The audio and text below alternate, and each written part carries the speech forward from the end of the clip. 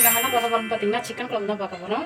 இப்போ வந்து ஒரு இலச்சத்தில் வந்து கொஞ்சமாக சோம்பு, கொஞ்சம் சீரகம், மிளகு கொஞ்சம் போட்டுட்டு இதில் வந்து கல்பாசி, பட்டை, அந்த ஸ்டாரு, அப்புறம் வந்து கிராம்பு எடுத்து வச்சுருக்கேன். இப்போ அதையும் இது கூட சேர்த்து நல்லா வறுத்து எடுத்துக்கலாம்.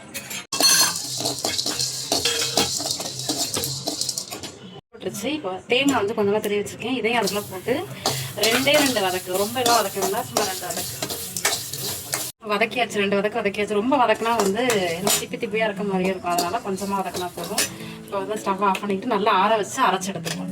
குழம்பு தாளிச்சுன்னா அதுக்கு வந்து ஒரு பாத்திரத்தில் வந்து எண்ணெய் ஊற்றிருக்கேன். எண்ணெய் நல்லா காஞ்சதும் பிரிஞ்சி இலை, பட்டை, ஸ்டாரு, கல்பாசி, கொஞ்சமாக சோம்பு எடுத்துருக்கேன். இப்போ இதையும் அதுக்குள்ளே போட்டுருவோம். கொஞ்சமாக நீளம் இல்லாமல் கட் பண்ணி வச்சுருக்கேன். இப்போ இதையும் வந்து இது கூட கொஞ்சமாக சேர்த்து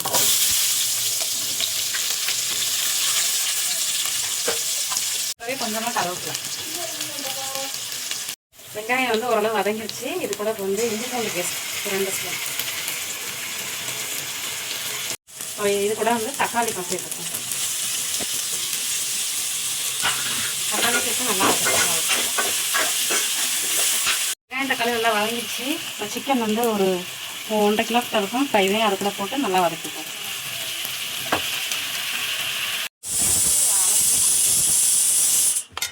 தேவையான அளவு நல்லா வதக்கி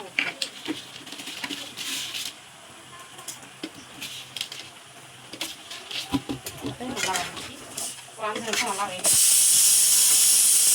சிக்கன் வந்து ஒரு 5 நிமிஷம் நல்லா வெந்துருச்சு. இப்போ இது கூட வந்து மிளகாத்தூள் எடுத்து சேர்த்துக்கலாம். மிளகாத்தூள், மல்லித்தூள் வந்து நான் ஒரு 2 ஸ்பூன் சேர்த்துக்கிறேன். மிளகாய் தூள் வந்து ஒரு 2 ஸ்பூன். இது கூட வந்து நம்ம அரைச்சி வச்சோம்னா மசாலா, அதையும் வந்து இப்போ இது கூட சேர்த்துக்கணும். இது கூடவே வந்து தேவையான அளவு தண்ணி ஊற்றி நல்லா கொதிக்க விட்டோம்.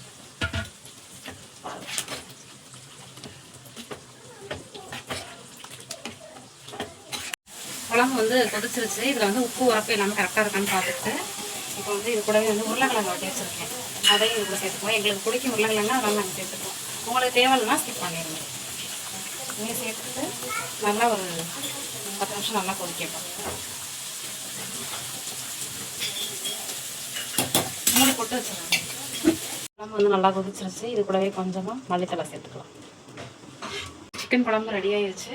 நான் வந்து எனக்கு தெரிஞ்ச மாதிரி வச்சுருக்கேன். கண்டிப்பாக நீங்களும் ட்ரை பண்ணி பாருங்கள். ரொம்பவே நல்லாயிருக்கும். இந்த வீடியோ பிடிச்சா லைக் பண்ணுங்கள், ஷேர் பண்ணுங்கள், சப்ஸ்கிரைப் பண்ணுங்கள். தேங்க்யூ.